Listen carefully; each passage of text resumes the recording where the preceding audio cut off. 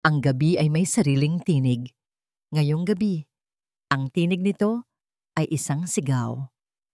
Isang sigaw na nilulunod ng walang tigil na pagbuhos ng ulan at ng marahas na hampas ng hangin sa mga puno ng akasya sa gilid ng kalsada. Para kay Amado Reyes, ang tunog na yon ay dapat sanang hudyat para mas bilisan pa ang pagpadyak sa kanyang tricycle.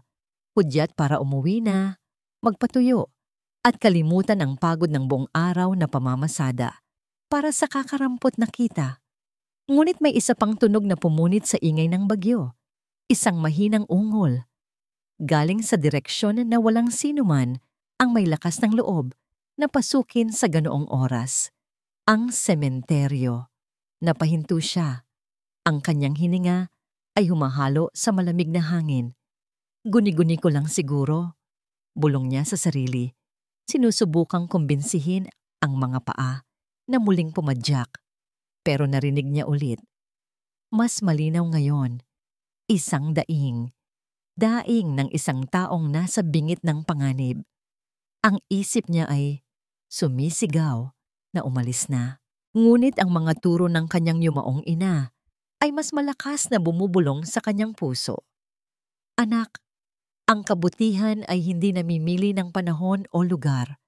Bumaba si Amado sa kanyang tricycle, ang kanyang matapat na kasama sa hirap at ginhawa.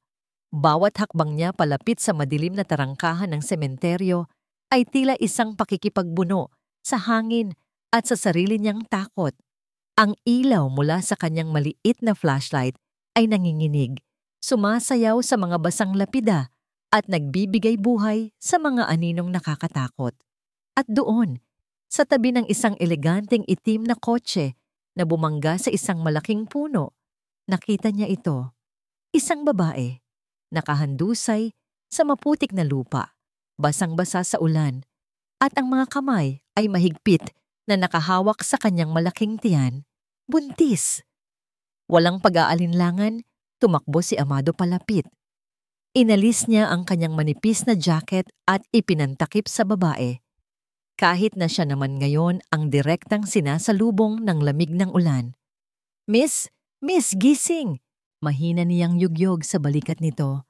Dahan-dahang iminulat ng babae ang kanyang mga mata. Puno yon ng sakit at pagod. Tulong! Ang anak ko! Halos pabulong niyang sabi bago muling mawalan ng malay. Tumingin si Amado sa paligid. Walang ibang tao. Ang pinakamalapit na ospital ay ilang kilometro pa ang layo. Walang oras. Maingat niyang binuhat ang babae. Ang bigat nito ay halos magpaluhod sa kanya. Ngunit hinugot niya ang lahat ng natitirang lakas. Inihiga niya ito sa loob ng sidecar ng kanyang tricycle. Kinuha niya ang isang maliit at malinis na alampay mula sa ilalim ng upuan. Isang alampay na may bordang bituin na ginawa mismo ng kanyang ina. At marahan itong ibinalot sa babae para magbigay ng kahit kaunting init. Kapit lang, miss. Dadaling kita sa ospital, sabi niya. Kahit alam niyang hindi siya naririnig nito. Ang daan ay isang bangungot. Ang putik ay malalim. Halos lamunin na ang mga gulong ng kanyang tricycle. Ipinadyak niya ang kanyang mga paa ng buong lakas. Ang bawat ugat sa kanyang binti ay nagrereklamo. Naririnig niya ang pag-ungol ng makina, tila nakikipaglaban din para sa buhay ng kanilang pasahero. Isang malakas na paglagutok. Huminto ang tricycle. Ang huling pag-ungol ng makina. Ang pagkalagot ng kadena. Nawasak ito. Ang kanyang nag-iisang kabuhayan, ang sandalan ng kanyang mga pangarap. Pero walang oras para sa pagluluksa. Muli niyang binuhat ang babae. Sa gitna ng walang awang ulan, tumakbo si Amado. Bawat hakbang ay mabigat. Bawat hininga ay isang laban. Ang tanging nasa isip niya ay ang buhay ng babae at ng sanggol sa sinapupunan nito. Pagdating sa ospital, halos hindi na siya makatayo. Basang sisiw, nanginginig at putikan. Tulong! Tulungan niyo siya! Sigaw niya sa mga nurse na agad namang sumaklolo. Isinakay nila ang babae sa isang stretcher at mabilis na ipinasok sa emergency room. Naiwan si Amado sa hallway, nakasandal sa pader, habang unti-unting bumabalik ang kanyang hininga. Isang nurse ang lumapit sa kanya. "Sir, kailangan po nating ma-admit ang pasyente. Kailangan pong magbigay ng paunang bayad." Napatingin si Amado sa kanyang mga bulsa. Mga barya at ilang lukot na 20 pesos lang ang laman. Hindi sapat. Napatingin siya sa kanyang daliri sa isang lumang singsing na pilak. Ang singsing pangkasal ng kanyang ina, ang natatanging alaala na iniwan nito sa kanya. Humugot siya ng malalim na hininga. "Nay, patawad po." Pumunta siya sa pinakamalapit na sanglaan, ilang kanto lang mula sa ospital. Sa loob ng ilang minuto, ang bagay na may halaga ng isang buong buhay na alaala ay naging ilang piraso ng 1,000 piso. Bumalik siya sa ospital at ibinigay ang pera sa cashier. Ilang oras siyang naghintay. Nakaupo sa isang malamig na upuang metal, yakap-yakap ang sarili. Hanggang sa dumating ang isang grupo ng mga taong nakasuot ng mamahaling damit. Isang matandang babae at 2 lalaki ang lumapit sa kanya. Ang kanilang mga mata ay puno ng pagtatasa. "Ikaw ba ang nagdala kay Lucia dito?" tanong ng matanda. Ang boses ay matigas at walang bahid ng pasasalamat. Tumango si Amado. "Opo, nakita ko po siya sa may sementeryo. Magkano ang kailangan mo?" Putol ng isang lalaki sa kanyang sasabihin. Naguluhan si Amado. "Po? Wala po akong Huwag ka nang magkunwari," sabi ng lalaki. Sabay dukot ng isang makapal na pligo ng pera mula sa kanyang wallet. "Alam na namin ang estilo ninyong mga buwitre, naghihintay ng pagkakataon para makapagsamantala." Ang mga salita ay tumusok sa puso ni Amado na parang mga bubog. Inihagis ng lalaki ang pera sa basang sahig sa harap niya. Ang mga piraso ng papel ay kumalat, nababasa sa putik na dala ng kanyang mga paa. "Ayan, sapat na siguro yan para manahimik ka at wag nang magpakita pa sa pamilya namin kailanman. Umalis ka na." Nakatitig lang si Amado sa pera. Ang kanyang pagod, ang kanyang sakripisyo, ang nasira niyang tricycle, ang singsing ng kanyang ina. Lahat ng yon ay may katumbas na halaga sa sahig na ito. Dahan-dahan siyang yumuko. Ang kanyang mga daliri ay nanginginig habang pinupulot niya ang bawat basang piraso ng pera. Hindi dahil sa gusto niya ito, kundi dahil sa kahihiyan. Sa ilalim ng mabibigat na titig ng pamilya Evangelista, naramdaman niya ang unti-unting pag-init ng kanyang mga mata. Isang butil ng luha ang pumatak, kasabay ng isang tanong na sumugat sa kanyang kaluluwa. Ganito ba talaga ang halaga ng kabutihan? 10 taon. Sa loob ng 10 taon, natutunan ni Lucia Evangelista na ang kapangyarihan ay may sariling tunog. Ito ang marahan at matatag na pag-click ng kanyang mga stiletto sa makintab na sahig ng marmol ng kanyang gusali. Ito ang katahimikang bumabalot sa boardroom kapag siya na ang nagsasalita. Ito ang magalang na, "Yes, ma'am," na sagot ng mga taong triple ang edad sa kanya. "Ang mga numero ay hindi nagsisinungaling, Mr. Ortiz." Malamig niyang sabi. Ang kanyang mga mata ay nakatuon sa nanginginig na lalaki sa kabilang dulo ng mahabang mesa. "Gawan ninyo ng paraan." Walang nagtangkang sumagot. Iyon ang hudyat na tapos na ang pulong. Isa-isang nagsitayuan ang mga board member. Nag-iiwan ng halimuyak ng mamahaling pabango at takot sa hangin. Naiwan si Lucia sa kanyang trono. Sa dulo ng mesa ang reyna ng isang imperyong itinayo niya mula sa abo ng kanyang nakaraan. Ngunit ang katahimikan sa kanyang opisina sa itaas ng syudad ay iba sa katahimikan ng kanyang pag-uwi. Habang mabilis na tumatakbo ang kanyang mamahaling sasakyan sa kahabaan ng highway, ang katahimikan sa loob ay tila isang mabigat na kumot. Walang tunog, walang emosyon. Ito ang tunog ng kanyang totoong buhay. Ang kanyang mansyon ay isang obra maestra ng modernong arkitektura, malawak, malinis at malamig. Parang isang museo kung saan ang lahat ng bagay ay nasa tamang lugar, ngunit walang sino mang pinapayagang humawak sa mga ito.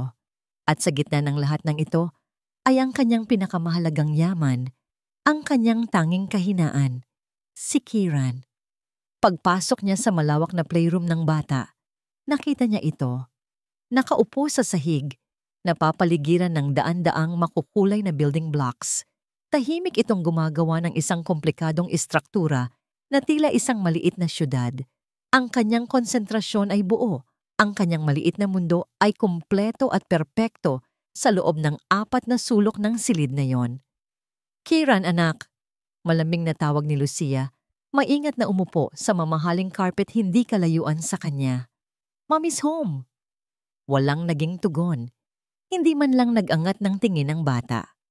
Ipinagpatuloy lang nito ang maselang pagpapatong ng isa pang blok sa kanyang gusali. Napabuntong hininga si Lucia. Ito ang kanilang araw-araw na ritual.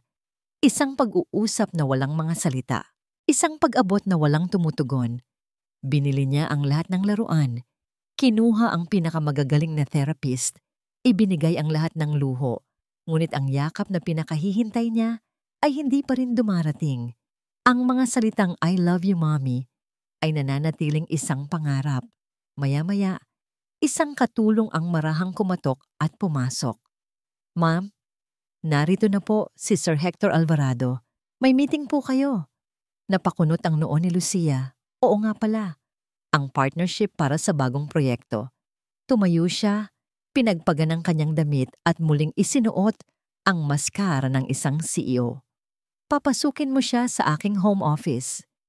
Ang pagdating ni Hector ay laging may kasamang hangin ng kumpiyansa at ng isang nakaraan na pilit kinakalimutan ni Lucia.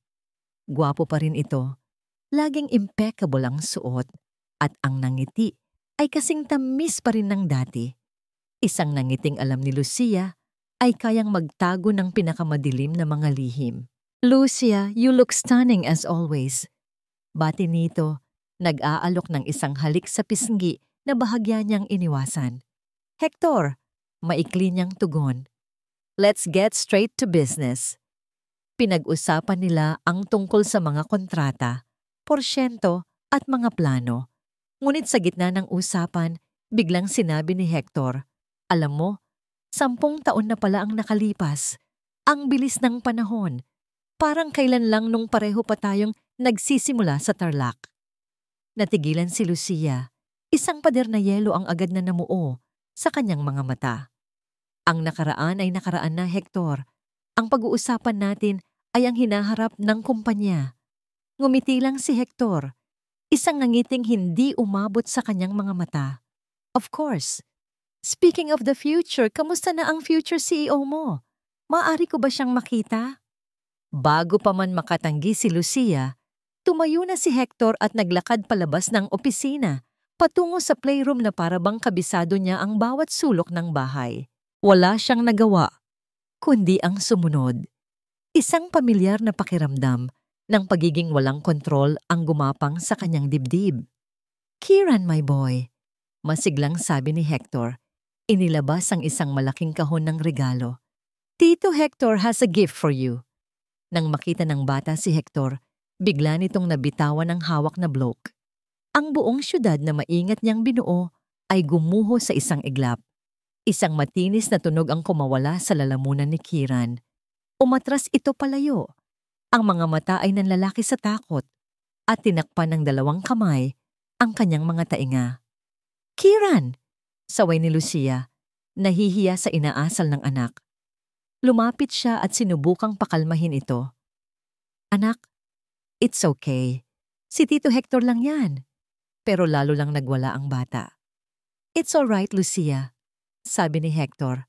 Ang boses ay puno ng pagkukunwaring pag-unawa. Ganyan talaga.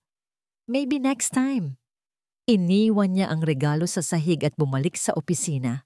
Nang makaalis si Hector, naiwan si Lucia na yakap-yakap ang nanginginig na si Kieran. Tumingin siya sa gumuhong mga blok, sa mamahaling regalo na hindi binuksan, at sa takot sa mga mata ng kanyang anak. Kasalanan ko to, naisip niya. Baka masyado ko siyang pinipilit. Sa gabing iyon, habang nakahiga sa kanyang malawak at malamig na kama, hindi mapakali si Lucia. Ang pagbanggit ni Hector sa Tarlac ay nagbukas ng isang baul ng mga alaalang matagal na niyang ibinaon.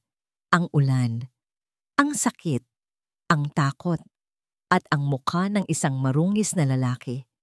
Isang tricycle driver na sinubukan daw siyang pagnakawan sa gitna ng kanyang kahinaan, ayon sa kwento ng kanyang pamilya.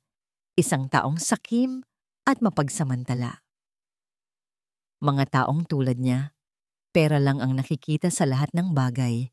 Bulong ng isang tinig sa kanyang isipan, isang tinig na hinubog ng 10 taon ng pag-aalinlangan. Iyon ang aral na itinatak niya sa kanyang puso para mabuhay sa mundong ginagalawan niya.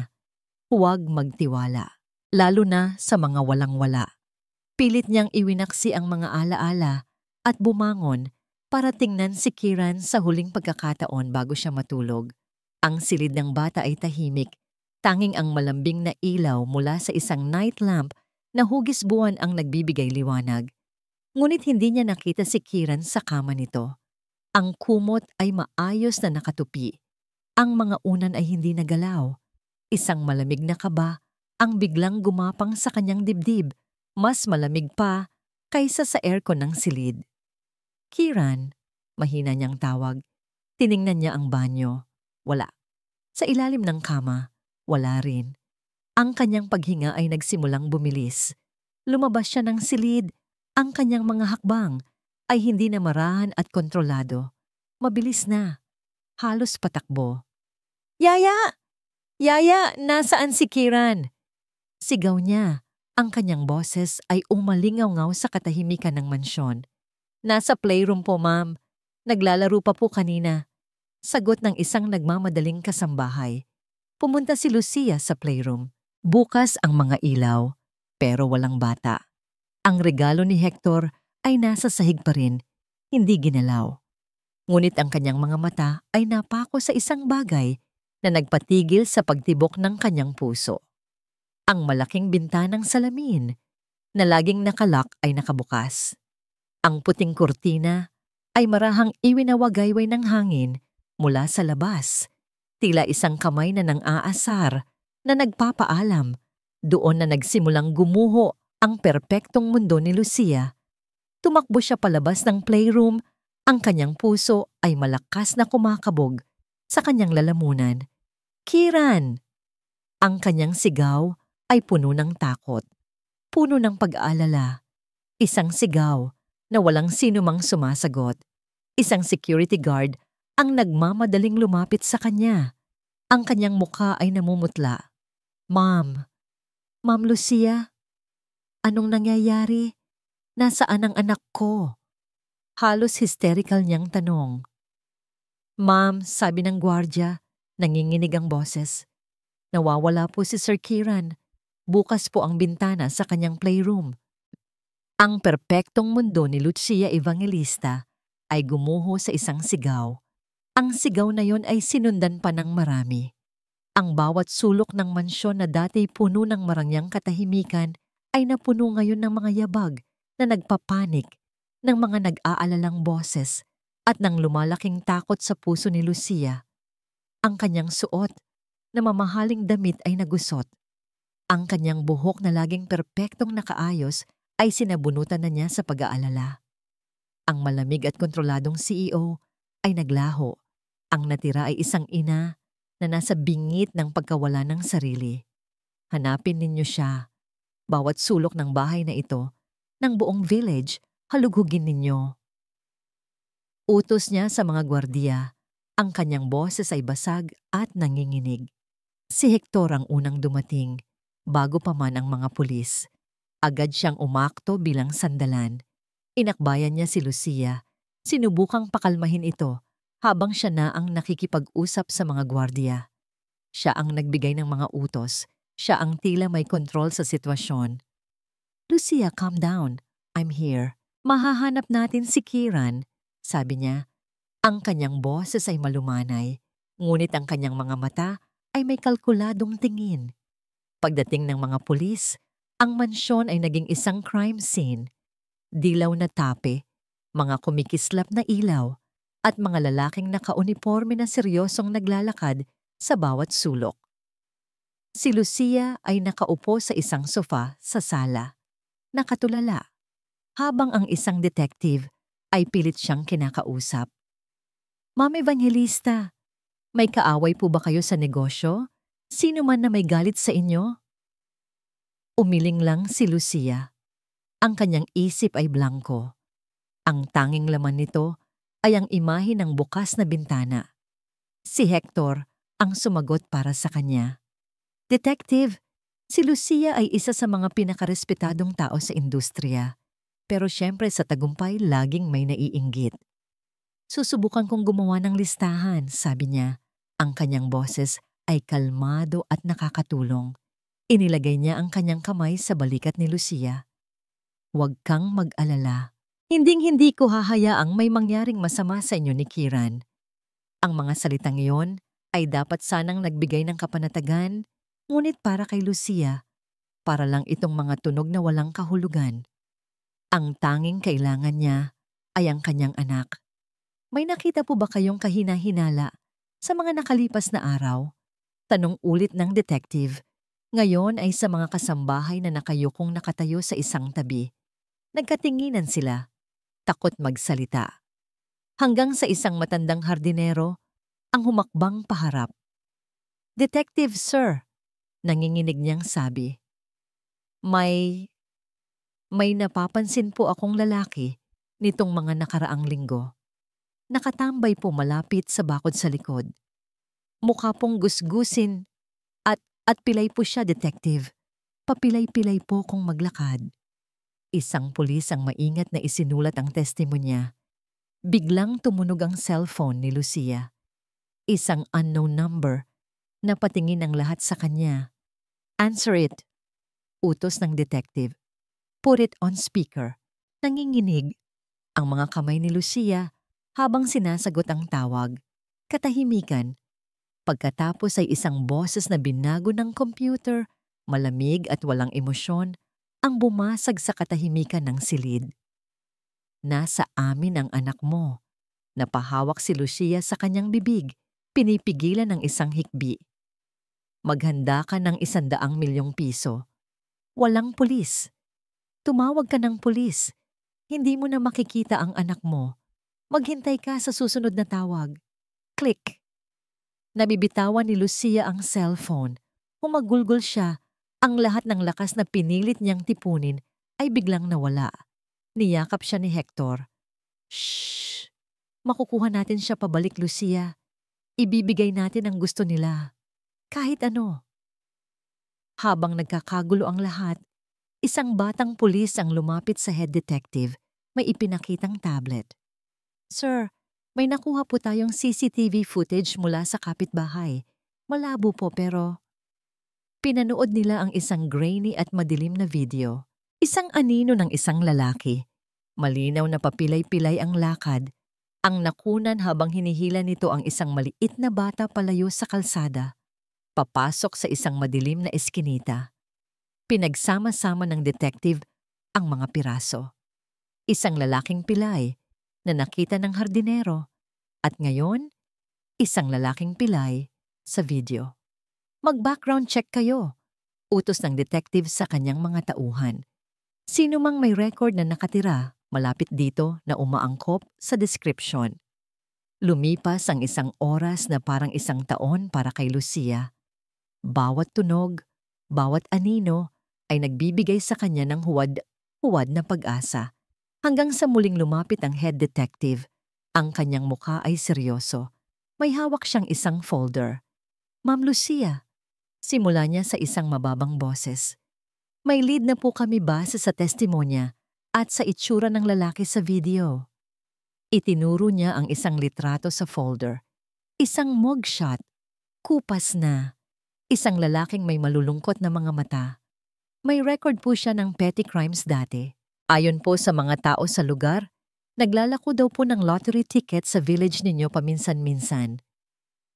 Hindi makahinga si Lucia. Ang kanyang mga mata ay nakapako sa litrato, sa isang mukha na pilit niyang kinalimutan. Ibinigay sa kanya ng detective ang folder. Sa itaas ng page, nakasulat ang isang pangalan. Ang pangalan niya po ay Amado Reyes. Ang pangalan ay tumama kay Lucia na parang isang malakas na sampal mula sa nakaraan. Amado Reyes, ang tricycle driver, ang lalaki sa ospital, ang lalaking binayaran nila para manahimik. Ang mukha ni Lucia ay biglang namutla na parang papel. Ang takot sa kanyang puso ay nahaluan ng isang bagong damdamin, isang umaapoy, nagyeyelong galit. Ang lahat ay biglang nagkaroon ng kahulugan sa kanyang isipan. Mamatagal na niyang binalak to. Halos pabulong niyang sabi sa sarili, ang kanyang mga kamao ay naikuyom ng mahigpit. Ang hayop. Ang buhay ni Amado Reyes ay nasusukat sa mga barya at mumurahing pangarap. Sa ibabaw ng isang maliit at lumang mesang kahoy, sa ilalim ng liwanag ng isang bumbilyang aandap-andap, maingat niyang binibilang ang kanyang kita sa buong araw.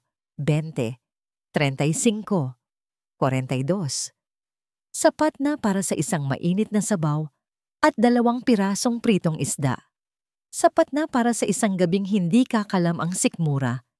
Iyon lang naman ang hinihiling niya. Ang kanyang maliit na barong-barong na nakatago sa isang siksikang eskinita. Ang kanyang naging kanlungan sa loob ng 10 taon. Ang manipis na dingding nito ang saksi sa kanyang mga pag-iisa. Ang butas-butas na yero, ang karamay niya sa tuwing umuulan.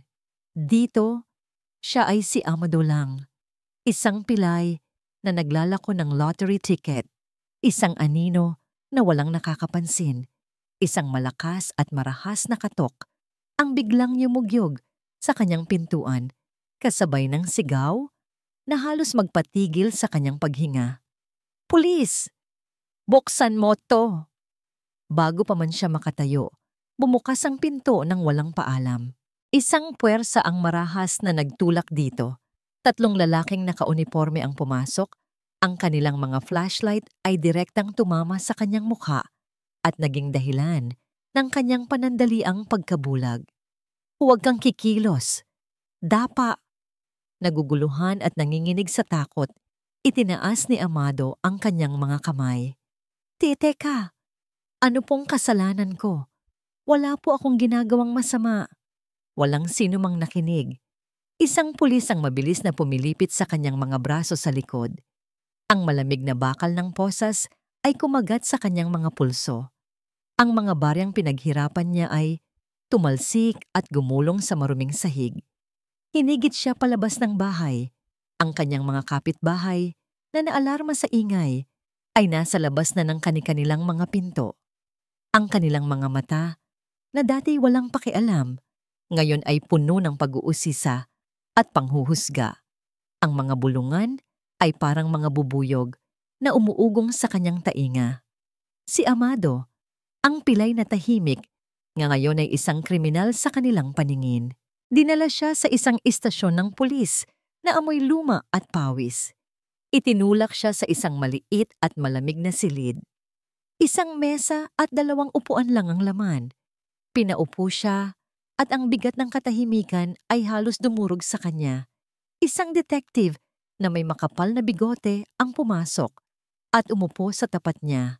Ibinagsak nito ang isang folder sa mesa. Amado Reyes, sabi ng detective. Ang boses ay walang emosyon. Saan ka nagpunta kaninang gabi? Naglalako po ng tiket. Sa kabilang bayan po, malapit sa palengke. Sagot ni Amado. Tumawa ng mapakla ang detective. Magandang kwento.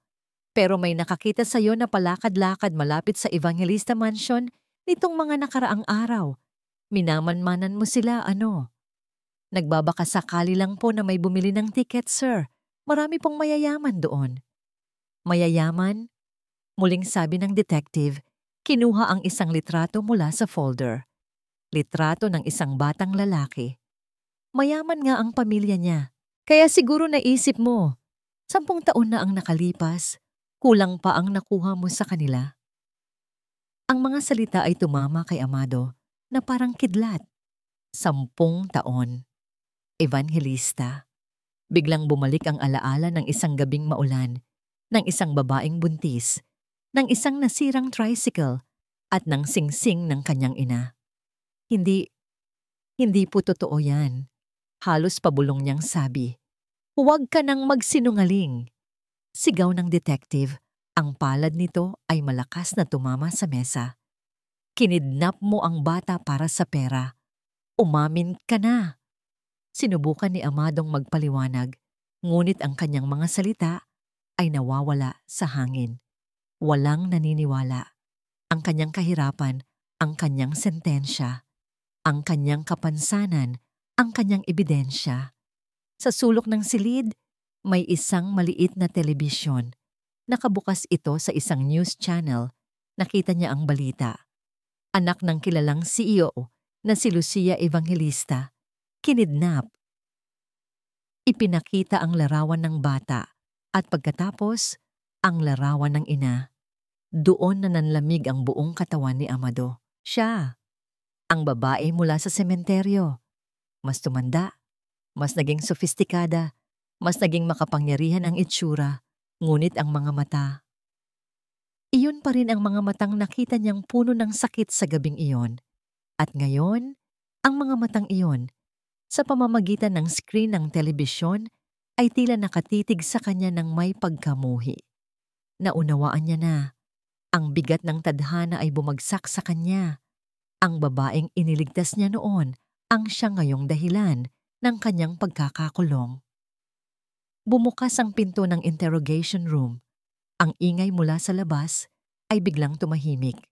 Pumasok ang isang babae. Suot ang isang itim na damit na sumisigaw ng yaman at kapangyarihan. Dahan-dahan itong naglakad palapit, ang tunog ng kanyang mga takong ay tila mga martilyong pumupukpok sa sahig.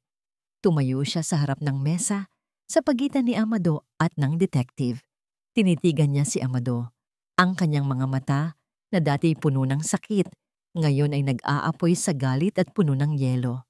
10 taon, malamig niyang sabi. Ang bawat salita ay matalas na parang kutsilyo. Kulang ang nakuha mo 10 taon na ang nakalipas. Kaya ngayon, bumalik ka para kunin ang lahat. Tama ba ako? Poco. Ang makita si Amado Reyes sa kanyang harapan ay parang pagharap sa isang multo. Isang multo ng kahirapan, ng oportunismo, at ng gabing pilit niyang binaon sa limot. Ang bawat hibla ng pagkatao ni Lucia ay sumisigaw ng isang salita. Katarungan. Katarungan para sa kanyang anak. Sumagot ka. Sigaw niyan, zuwa niya. Ang kanyang boses ay nanginginig sa galit. Nasaan ang anak ko? Si Amado ay nag-angat lang ng tingin.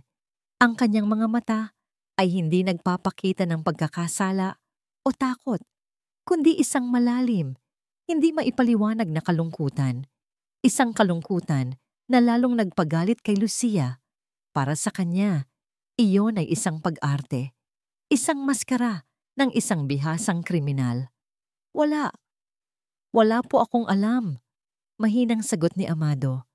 Sinungaling! Dumampot si Lucia ng isang baso ng tubig sa mesa at ibinuhos ito sa mukha ni Amado. Ibalik mo sa akin si Kiran. Magkano ang gusto mo? Sabihin mo, ibabaon kita sa kulungan habang buhay. Hinawakan ng detective ang braso ni Lucia. Ma'am, kalma lang po. Hayaan niyo na po kami ang magtrabaho.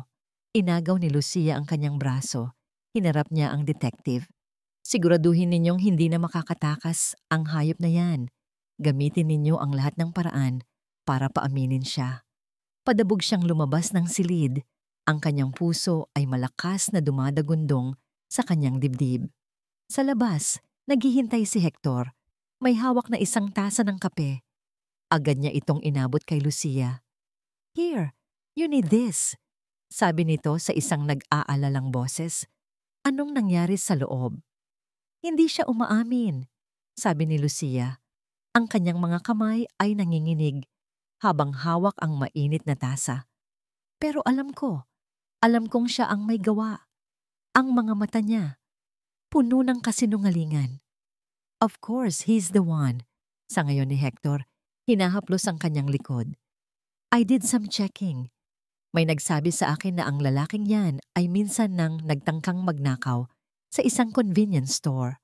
At alam mo ba, bago ko pa malaman kung sino siya, nag-apply pala siya bilang janitor sa kumpanya ko. Buti na lang at hindi tinanggap ng HR. Can you imagine? Kung nakapasok siya, mas malapit sana siya sa atin. Ang bawat salitang binitawan ni Hector ay parang karagdagang panggatong sa apoy ng galit ni Lucia. Ang lahat ng piraso ay akmang-akma sa kanyang isipan.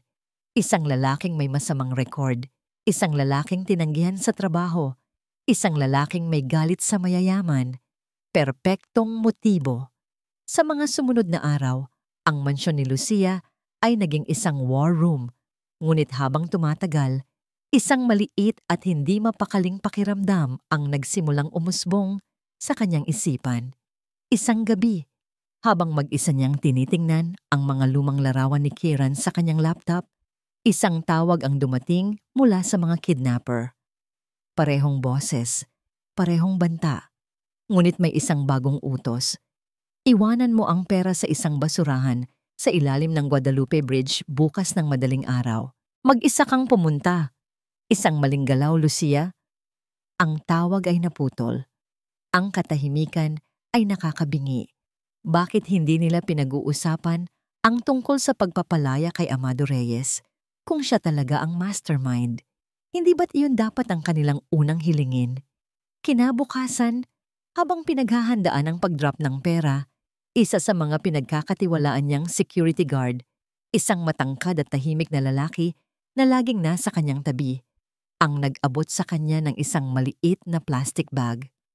Ma'am, nakita po ito ng isa sa mga katulong sa ilalim ng kama ni Sir Kieran habang naglilinis.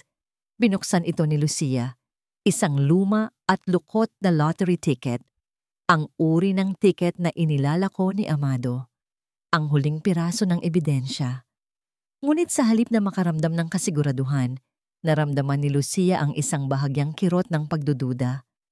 Bakit ngayon lang ito nakita? At paano ito napunta sa ilalim ng kama? Sa gabing iyon, hindi siya mapakali, hindi siya makatulog. Ang isip niya ay paulit-ulit na bumabalik sa interrogation room. Sa mukha ni Amado, sa mga mata nitong hindi nagpapakita ng galit o kasakiman, kundi ng isang matinding pagdurusa. Isang tingin na napamilyar, na parang nakita na niya dati. Sa isang panahong pilit na niyang tinatakpan ng yaman at kapangyarihan. Wala po akong alam. Ang kanyang boses ay paulit-ulit na umuugong sa kanyang isipan. Hindi ito ang boses ng isang taong nanlalaban. Ito ang boses ng isang taong sumuko na. Pinilit niyang iwaksi ang mga pagdududa. Galit lang ito, Lucia. Sabi niya sa sarili, pagod ka lang. Siya ang may kasalanan. Siya lang. Muli siyang bumalik sa kanyang laptop. Binuksan niya ang isang folder na may label na security.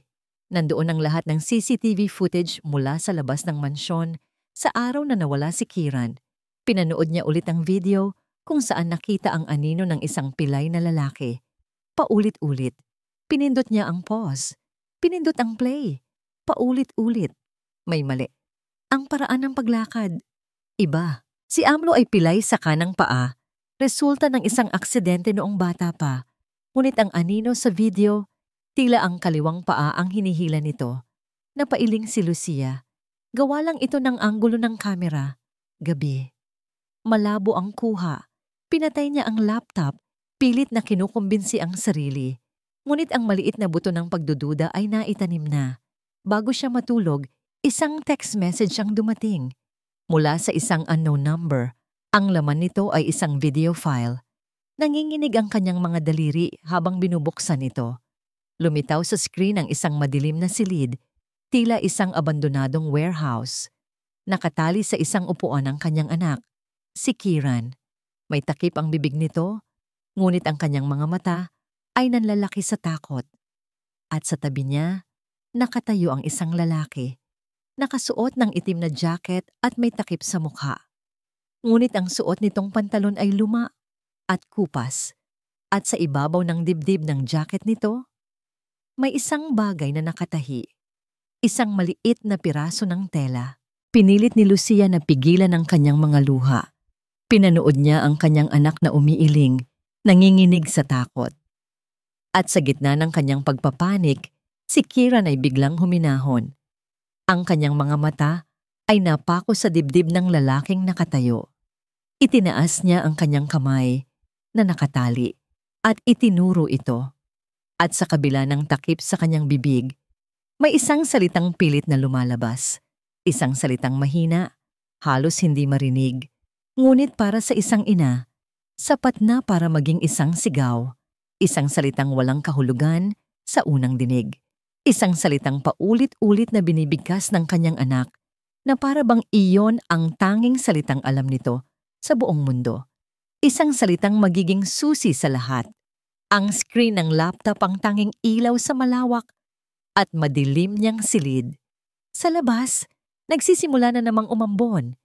Isang mahinang paalala ng gabing matagal na niyang sinubukang ibaon. Sa limot. Paulit-ulit. Rewind. Play. Rewind. Play. Hindi mabilang ni Lucia kung ilang beses na niyang pinanood ang video. Ang imahe ng kanyang nanginginig na anak, ang takot sa mga mata nito, ay parang mga kutsilyong paulit-ulit na itinarak sa kanyang puso. Ngunit may isang bagay na hindi umaalis sa kanyang isipan. Isang bagay na hindi niya maintindihan. Ang salitang binubulong ni Kieran sa likod ng takip sa bibig nito. Me too in. Me too in. Paulit-ulit. Parang isang dasal. O isang babala. Sinubukan niyang pakinggan ng mabuti. Ang kanyang mga tainga ay nananakit na sa pagsubok na unawain ang tunog sa gitna ng mahinang ugong ng hangin sa video. Walang kahulugan. Para itong salita ng isang bata na hindi pa marunong magsalita ng diretsyo. Pero si Kieran ay hindi ganoon. Ang anak niya, kahit na may autism, ay bihirang magsalita. At kapag nagsasalita ito, laging may dahilan, laging totoo. Muli niyang pinanood. Sa pagkakataong ito, hindi niya pinakinggan. Tiningnan niya. Tinitigan niya ang bawat galaw ni Kieran. Ang pagturo ng kamay nito, hindi ito basta-basta pagturo. Mayroon itong desperasyon, mayroon itong pagmamakaawa. Itinuturo nito ang dibdib ng lalaking nakatayo sa tabi niya. Ang dibdib ni Amado Reyes. Isang ideya ang biglang pumasok sa isip ni Lucia. Isang ideya na desperado, halos imposible. Hindi na siya nag-isip. Kinuha niya ang kanyang cellphone at tinawagan ang kanyang pinagkakatiwalaang IT expert. Miguel, I need you to do something for me. Ngayon na, sabi niya. Ang kanyang boses ay apurado. May ipapadala akong audio file sa'yo. Linisin mo. Tanggalin mo lahat ng ingay. Kailangan kong marinig ng malinaw ang sinasabi ng bata. I don't care how you do it. Just do it. Lumipas ang halos isang oras na parang walang katapusan. Si Lucia ay nagpabalik-balik sa kanyang silid. Ang bawat minuto ay isang pagpapahirap. Hanggang sa tumunog ang kanyang email. Isang file. Galing kay Miguel. Ang subject, cleaned audio. Nanginginig ang kanyang mga kamay habang pinipindot ang play. Ang unang maririnig ay ang mahinang ihip ng hangin. Pagkatapos, ang nanginginig na paghinga ni Kieran. At pagkatapos, ang salita. Malinaw na ngayon. Hindi na ito isang bulong. Ito ay isang salita. Bituin. Bituin. Bumagsak ang panga ni Lucia. Bituin. Star. Ang kanyang mga mata ay muling napako sa screen ng laptop. Sa naka-freeze na imahe ng video, muli niyang tiningnan ang itinuturo ni Kieran. Ang dibdib ni Amado. Pilit niyang pinalaki ang imahe. Ang video ay malabo, dekalidad na mababa. Ngunit habang paulit-ulit niyang ginagalaw ang cursor sa isang anggulo, sa isang segundo kung saan tumama ang tamang liwanag, nakita niya ito. Hindi ito basta isang piraso ng tela. Hindi ito isang ordinaryong tagpi. May hugis ito. Isang hugis na may 5 dulo. Isang bituin. Isang malamig na kuryente ang gumapang sa buong katawan ni Lucia. Bigla, Ang kanyang isip ay bumalik sa nakaraan. 10 taon na ang nakalilipas. Isang alaala na malabo, natabunan ng sakit at takot. Ngunit naroon pa rin, naghihintay na mahukay. Ang gabing maulan, ang lamig na bumabalot sa kanyang katawan, ang paghihirap ng kanyang tiyan. At pagkatapos, isang bagay na mainit, isang bagay na magaspang ngunit malambot, isang tela na ipinulupot sa kanya. At sa kanyang pagmulat ng mga mata sa loob ng isang gumigewang na sasakyan bago siya muling mawalan ng malay, may isang imaaheng tumatak sa gilid ng kanyang paningin. Isang imahe na nakaborda sa tilang iyon. Isang bituin. Ang laptop ay halos malaglag mula sa kanyang mga hita. Ang kanyang paghinga ay huminto. Ang tibok ng kanyang puso ay umaling-aungaw sa nakabibinging katahimikan ng silid. Hindi maaari. Nanginginig siyang tumayo at tumakbo papunta sa kanyang walk-in closet. Sa pinakalikod, sa ilalim ng mga lumang kahon, naroon ang isang baul. Isang baul na naglalaman ng mga bagay na ayaw na niyang makita. Mga bagay mula sa gabing iyon. Binuksan niya ito. Amoy luma. Amoy alaala. Nandoon ang mga damit na suot niya na ibinalik sa kanya ng ospital. At kasama noon, isang maliit na plastic bag. Sa loob nito, isang piraso ng tela. Marumi. May bahid ng tuyong putik, ngunit malinaw pa rin ang disenyo. Isang lumang alampay.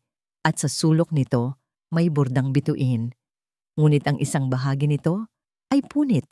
Isang punit na may hugis ng isang bituin. Ang katotohanan ay bumagsak sa kanya na parang isang pader na semento. Ang piraso ng telang nakatahi sa damit ni Amado at ang punit sa alampay na ito, magkakatugma. Si Amado, hindi siya ang kidnapper. Siya ang lalaking nagligtas sa kanya. Ang alampay na ito, ipinantakip nito sa kanya sa gabing iyon. Ang kwento ng kanyang pamilya, isang tricycle driver na sinubukang magnakaw sa kanya, ay isang kasinungalingan.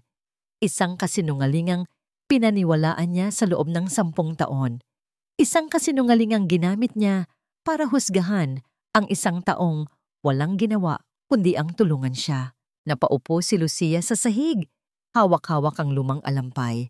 Ang kanyang mga luha ay nagsimulang pumatak. Hindi dahil sa takot, kundi dahil sa isang emosyong mas matindi at mas masakit. Ang pagsisisi. Ang buong pundasyon ng kanyang galit ay gumuho. Ang lahat ng kanyang paniniwala ay nadurog. Kung hindi si Amado ang may gawa, kung ang lalaking pinagbintangan niya, ang lalaking ipinakulong niya, ay ang taong nagligtas sa buhay niya at sa anak niya. Isang tanong ang biglang sumulpot sa kanyang isipan. Isang tanong na malamig at matalas na parang yelo. Isang tanong na nagpatayo ng lahat ng balahibo sa kanyang katawan. Tumingin siya sa litrato ni Hector Alvarado na nakapatong sa kanyang mesa. Ang nangiti nito, ang pag-aalala nito, ang tulong nito. Kung hindi si Amado, sino? Ang pagsisisi ay isang lason. Ngunit para kay Lucia, sa gabing iyon, ito ay naging isang gamot. Isang mapait na gamot na gumising sa bawat himaymay ng kanyang natutulog na konsensya. Kinabukasan, isang bagong Lucia ang humarap sa mundo. Ang kanyang mga mata ay mayroon pa ring bakas ng kalungkutan, ngunit wala na ang desperasyon. Napalitan ito ng isang matigas at malamig na determinasyon. Mayroon siyang kailangang gawin. Mayroon siyang kailangang itama. Ang una niyang ginawa ay ang magsuot muli ng kanyang maskara. Sa harap ng mga pulis at ni Hector, siya pa rin ang galit na biktima. Walang nangyayari. Sigaw niya, sapat na para marinig ng lahat. 1 linggo na.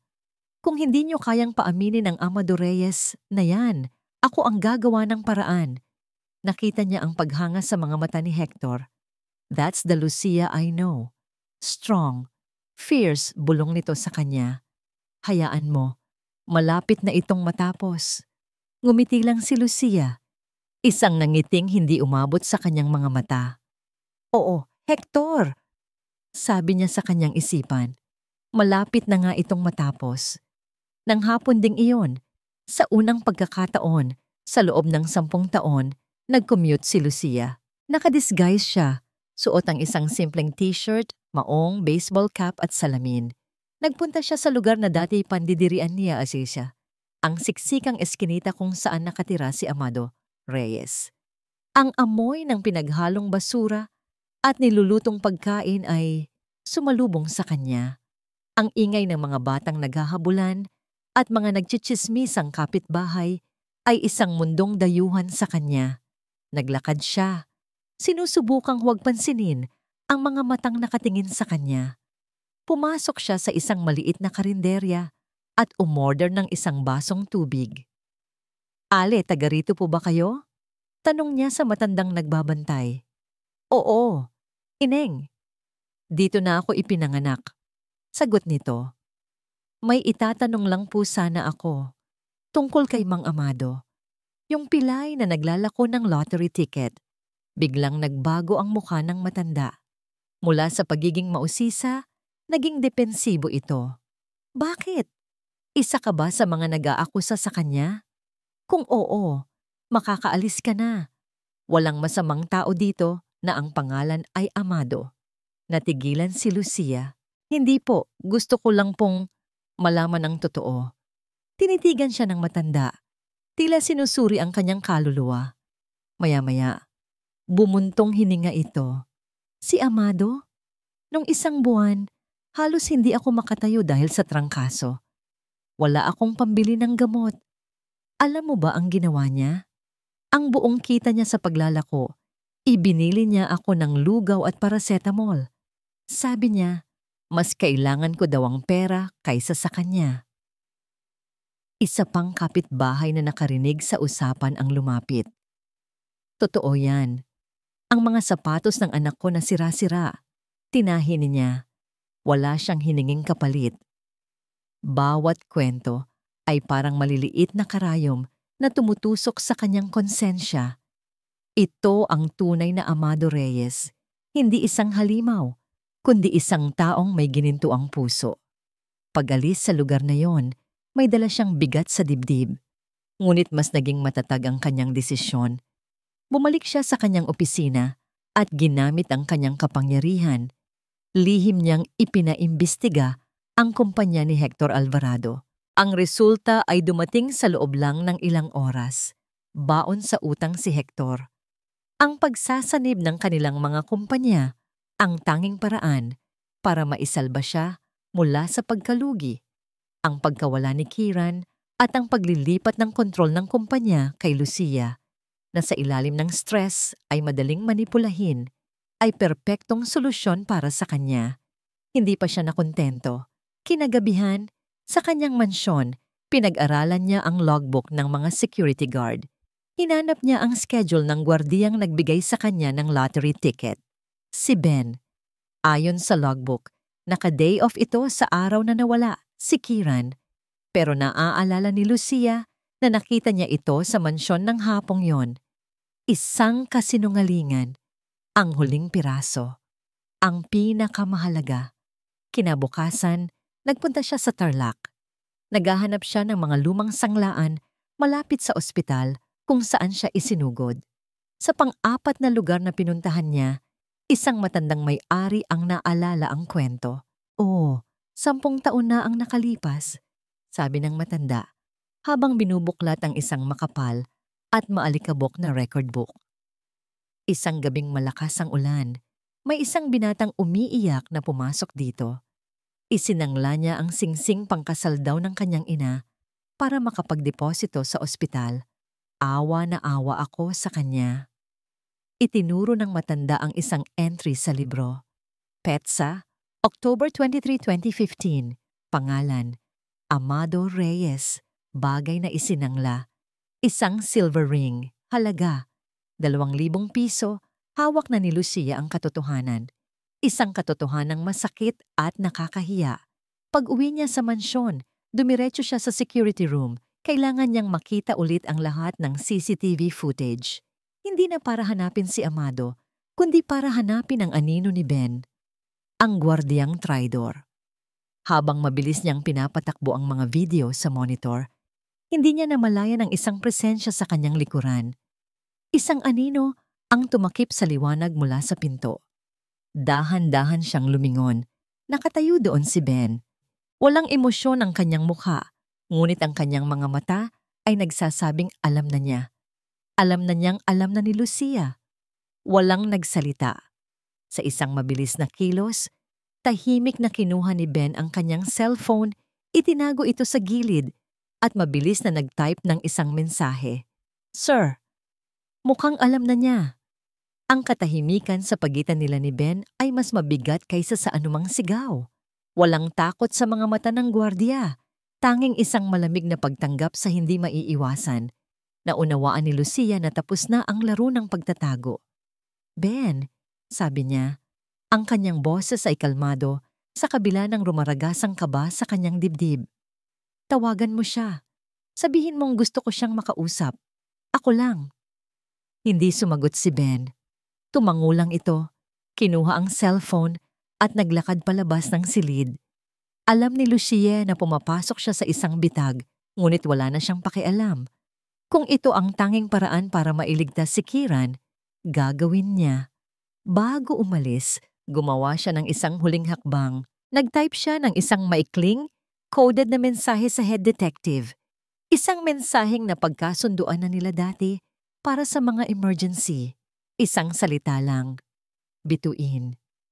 Pagkatapos ay binura niya ito at itinago ang kanyang cellphone. Dumating ang tawag mula kay Hector pagkatapos ng ilang minuto. Ang boses nito ay puno pa rin ng pagkukunwaring pag-aalala. "Lucia, anong nangyayari? Pinapunta ako ni Ben dito. May problema ba?" "Gusto kitang makita, Hector." Diretso niyang sabi. Alam ko na kung saan nila itinatago si Kieran. Isang kasinungalingan, isang pain, katahimikan sa kabilang linya. Pagkatapos, "Saan? Sabihin mo sa akin pupuntahan kita. Delikado kung mag-isa ka." "Hindi," matigas niyang sabi. "Magkita tayo sa lumang pabrika ng asukal sa labas ng bayan. Alam mo kung saan yon. Doon ako dalhin ng impormante ko. Mag-isa ka lang, Hector. O hindi ko sasabihin sa'yo." Isang mahabang paghinto. Pagkatapos ay isang buntong hininga. "Sige, mag-iingat ka, Lucia. Papunta na ako." Habang nagmamaneho si Lucia papunta sa napagkasunduang lugar, ang bawat kilometro ay tila isang hakbang papalapit sa bibig ng isang leon. Ang lumang pabrika ng asukal ay isang kalansay ng nakaraan, kinakalawang at inabandona. Ito ang perpektong lugar para sa isang pagtatapos. Pagbaba niya ng kotse, ang hangin ay mabigat at amoy kalawang. Pumasok siya sa loob ng malawak na gusali. Ang tanging liwanag ay nagmumula sa mga butas sa bubong. Madilim, nakakatakot. At sa gitna, nakatayo si Hector. Sa tabi niya, si Ben. Wala na ang maskara, wala na ang ngiti. Ang mukha ni Hector ay isang blankong canvas ng malamig na ambisyon. "Nasaan siya?" tanong ni Lucia. Sinusubukang panatilihing matatag ang kanyang boses. Tumawa si Hector, isang tawang walang kagalakan. "Talaga, Lucia? Akala mo ba maloloko mo ako? Ang impormante? Alam kong wala kang impormante. Alam kong alam mo na." Humakbang si Lucia paatras. "Bakit, Hector? Bakit mo to ginagawa?" Bakit? Naglakad si Hector palapit sa kanya. Ang bawat hakbang ay mabagal at puno ng pagbabanta. "Dahil pagod na akong maging anino mo, Lucia. Pagod na akong maging yung partner lang mula sa Tarlac. Ang lahat ng ito." Ikinumpas niya ang kanyang kamay na tila tumutukoy sa kanilang imaginaryong imperyo. "Dapat ay sa akin, sa atin. Pero ipinanganak mo ang isang pagkakamali." Ang mga salita ay tumama kay Lucia na parang sampal. "Huwag mong pagsalitaan ng ganyan si Kieran." "Bakit hindi? Isang pabigat. Isang aberya sa plano. Alam mo ba, 10 taon na ang nakalipas, hindi lang simpleng pag-aaway ang nangyari sa atin. Sinadya kong iwanan ka sa gabing iyon. Sinadya kong sirain ang preno ng kotse mo. Umaasa akong mawawala kayong pareho. Pero salamat sa isang tangang tricycle driver, nabuhay kayo.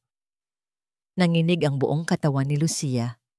Ang kasamaan sa kanyang harapan ay higit pa sa kanyang inaakala. Pero ngayon, pagpapatuloy ni Hector, itatama ko na ang lahat. May ipinakita si Ben sa kanyang tablet. Isang live video. Si Kieran nakatali pa rin sa parehong upuan, sa parehong warehouse. Ngunit ngayon, may isang lalaking nakatayo sa likod niya.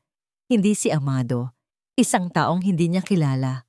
At may hawak itong baril. Isang tawag ko lang, Lucia, sabi ni Hector. Hayop ka, sigaw ni Lucia. Ang mga luha ay nagsimula nang bumuhos sa kanyang mga mata. Hindi, kalmadong sabi ni Hector. Isa lang akong negosyante. At ito ang deal. Ibibigay mo sa akin ang buong kontrol ng Evangelista Corporation. Pipirmahan mo ang lahat ng dokumento. Pagkatapos, pakakawalan ko si Kieran. Susubukan kong huwag siyang saktan. Pero kung hindi ka susunod. Inilabas ni Hector ang isang folder at isang ballpen mula sa kanyang coat. Inilapag niya ito sa isang kinakalawang na drum. Pumirma ka. O ang anak mo ang magbabayad sa katigasan ng ulo mo, katulad ng muntik na niyang pagbayaran 10 taon na ang nakalipas. Ang lahat ng lakas ni Lucia ay nawala. Ang kanyang mga balikat ay bumagsak. Tumingin siya sa video, sa kanyang anak. At pagkatapos, sa mga dokumentong mag-aalis sa lahat ng pinaghirapan niya, ang kanyang mundo, ang kanyang imperyo, ang kanyang kapangyarihan, wala na siyang pagpipilian. Biglang tumunog ang kanyang cellphone. Isang ring. 2. Sa screen, lumabas ang pangalan ng head detective na pangisi si Hector. Isang ngangising puno ng tagumpay. Mukhang naubusan ka na ng oras, Lucia. Ang pagtunog ng cellphone ni Lucia ay parang isang hudyat. Isang hudyat na tapos na ang oras. Tapos na ang pagpapanggap. Huwag mong sasagutin, mariing sabi ni Hector. Ang kanyang mga mata ay nagbabaga. Pero hindi na kailangan. Bago pa man mamatay ang tawag, ang mga malalaking pinto ng pabrika ay bumukas nang may malakas na kalabog. Ang liwanag mula sa mga sirena ng pulis ay pumunit sa kadiliman, sumasayaw sa mga kinakalawang na pader. Hector Alvarado, you are surrounded. Surrender now. Sigaw ng isang boses mula sa megaphone. Napamura si Hector. Hinila niya si Lucia at itinutok sa leeg nito ang isang maliit na baril na kanina pa pala nakatago sa kanyang likod. Akala mo matalino ka ha, Lucia? Pare-pareho tayong mamamatay dito. Bitawan mo siya. Sigaw ng head detective na ngayon ay nangunguna sa mga pulis na unti-unting pumapalibot sa kanila. Habang nagaganap ang tensyonadong standoff, isang sasakyan ng pulis ang huminto sa likuran. Mula dito, ibinaba ng 2 pulis ang isang taong nakaposas, si Amado Reyes. Sir, dinala po namin siya para sa posibleng pag-identify sa warehouse. Sabi ng isang pulis sa detective. Ang mga mata ni Amado ay nanlalaki habang pinagmamasdan ang eksena. Nakita niya si Lucia, hawak bilang hostage. Ang kanyang unang reaksyon ay hindi takot, kundi isang likas na pangangailangan na protektahan ito. Ang parehong pakiramdam na naramdaman niya 10 taon na ang nakalipas. Walang kikilos, sigaw ni Hector. Isang galaw niyo lang, tatapusin ko to. Ngunit sa gitna ng kaguluhan, nakita ni Lucia ang isang pagkakataon.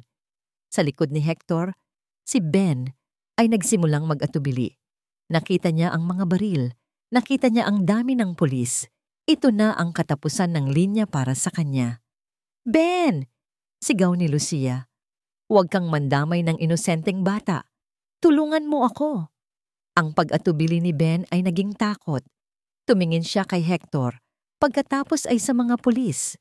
Binitawan niya ang kanyang hawak na tablet at itinaas ang kanyang mga kamay. Wala akong kinalaman sa patayan. Pinilit lang ako. Ang pagkakataong yun ang kailangan ni Lucia. Ibinuhos niya ang kanyang buong lakas. Siniko niya ang tiyan ni Hector at kumawala sa pagkakahawak nito, bang! Isang putok ng baril ang umalingaw-ngaw sa buong pabrika, ngunit walang tinamaan. Ang bala ay tumama sa isang metal na poste sa itaas na wala sa sarili. Tumakbo si Hector papunta sa likod ng pabrika sa isang maliit na pinto. Alam niyang tapos na siya, ngunit hindi siya susuko ng ganun-ganun lang. Ang hindi niya alam, ang live video sa tablet na nabitawan ni Ben ay nakabukas pa rin. Nakita ng mga pulis sa control room kung nasaan si Kieran. Mabilis na kumilos ang isang tactical team. Samantala, sa pabrika, habang hinahabol ng mga pulis si Hector, isang bagay ang napansin ni Amado. Sa itaas, ang posteng tinamaan ng bala ay unti-unting bumibigay. Ang isang malaki at mabigat na piraso ng metal ay malalaglag, diretso sa kinaroroonan ni Lucia na hindi pa nakakabawi mula sa pagkakagulat. "Lucia!" sigaw ni Amado. Walang oras para mag-isip, walang oras para magsalita. Gamit ang lahat ng lakas na kaya niyang tipunin, tumakbo si Amado. Isang takbong pilay, isang takbong desperado. Itinulak niya si Lucia palayo, kasabay ng pagbagsak ng metal sa likuran niya. Ang dulo nito ay tumama sa kanyang binti. Ang parehong binti na pilay na. Isang malakas na sigaw ng sakit ang kumawala sa kanyang lalamunan bago siya bumagsak sa sahig, walang malay. Ilang minuto lang ang lumipas, natapos na ang lahat. Si Hector ay nasukol at nahuli habang sinusubukang tumakas. Ang tactical team ay matagumpay na nailigtas si Kieran ng walang anumang pinsala. Dinala nila ang bata sa pabrika. "Mommy!" sigaw ni Kieran sa unang pagkakataon sa loob ng maraming araw. Tumakbo ito papunta sa yakap ni Lucia. Mahigpit, puno ng pagmamahal. Habang umiiyak sa tuwa si Lucia, ang kanyang mga mata ay napunta sa direksyon ni Amado na ngayon ay inaasikaso na ng mga medik. At pagkatapos, napunta ang tingin niya sa sahig, sa tabi kung saan bumagsak si Amado. Ang kanyang lumang jacket ay nahubad sa pagkakabagsak. At mula sa bulsa nito, gumulong ang isang bagay na pamilyar, isang bagay na pilak at bilog, ang singsing ng kanyang ina. Ang singsing na tinubos din pala niya mula sa sanglaan at itinago bilang tanging yaman sa loob ng 10 taon. Lumapit si Kieran sa walang malay na si Amado. Tinitigan niya ang mukha nito. Pagkatapos, marahan niyang hinawakan ang tagpi sa damit nito, ang tagping bituin.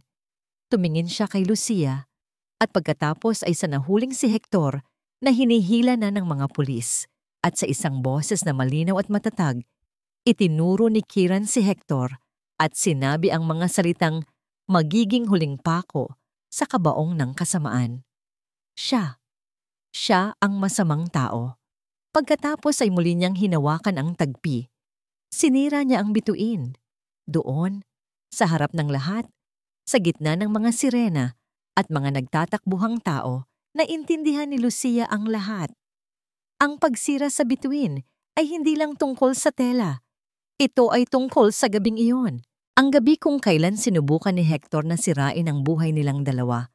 At kung paano ang isang bituin, isang hamak na piraso ng tela mula sa isang estranghero, ang naging simbolo ng kanilang kaligtasan. Tumingin si Lucia sa walang malay na katawan ni Amado, ang taong 2 beses nagligtas sa buhay niya. Ang taong sinuklian niya ng pag-aakusa at sakit. Ang kanyang puso ay nadurog sa 1,000 piraso ng pagsisisi. Lumipas ang ilang linggo. Ang ingay ng mga sirena ay napalitan ng katahimikan. Ang mga headlines sa balita ay naglaho na.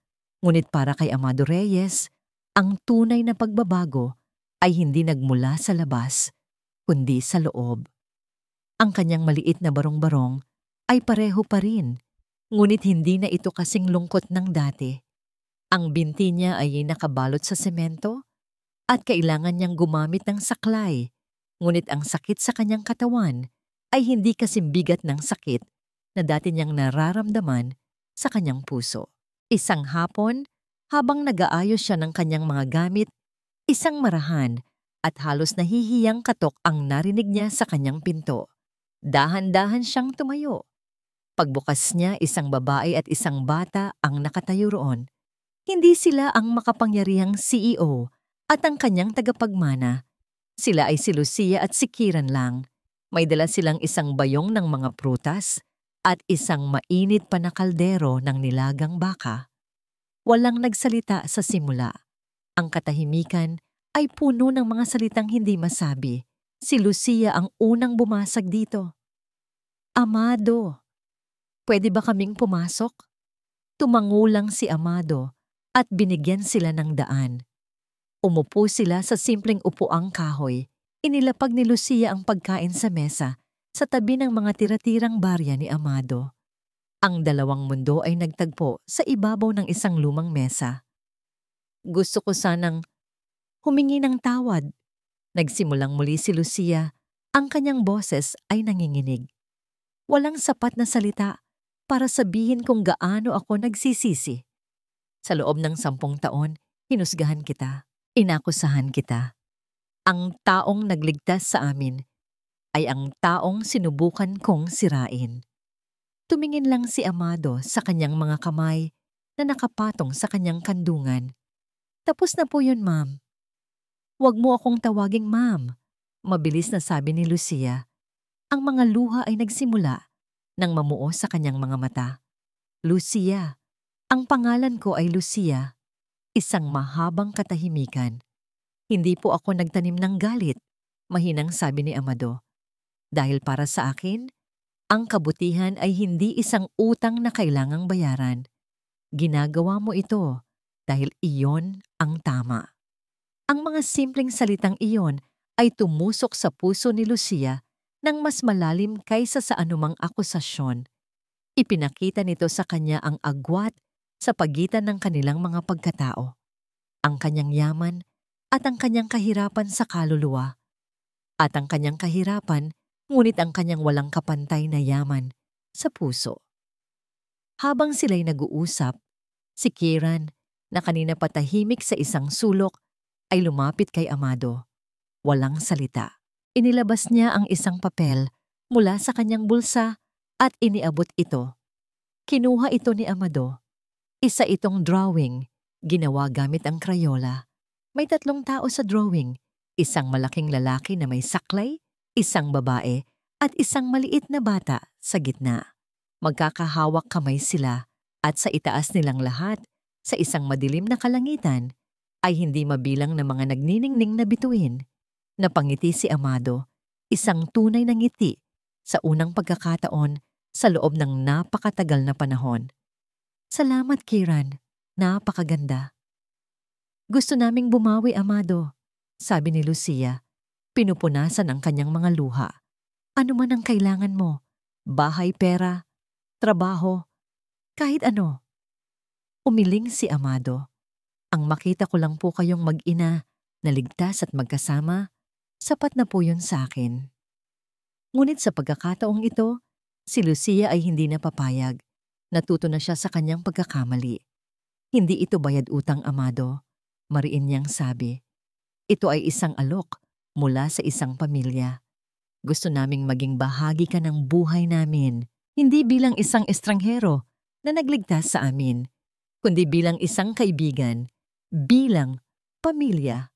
Ang salitang pamilya ay isang bagay na matagal nang kinalimutan ni Amado. Hindi siya sumagot.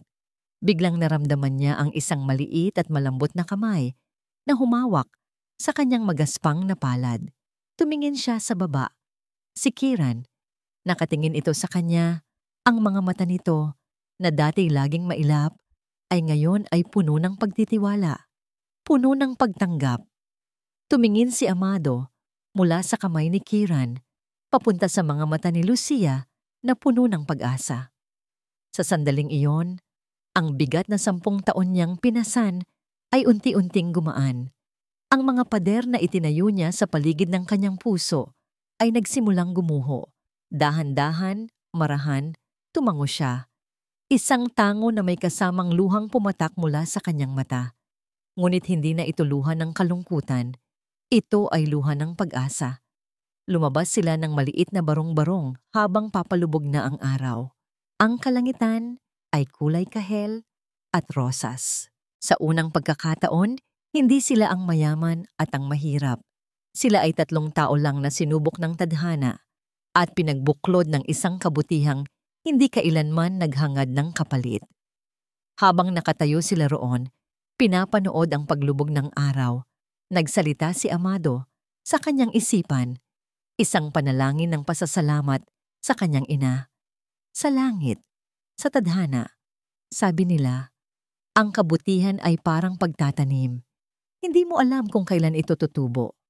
Ngayon, pagkatapos ng 10 taon, sa wakas, nahanap na ng mga bituin ko ang kanilang langit.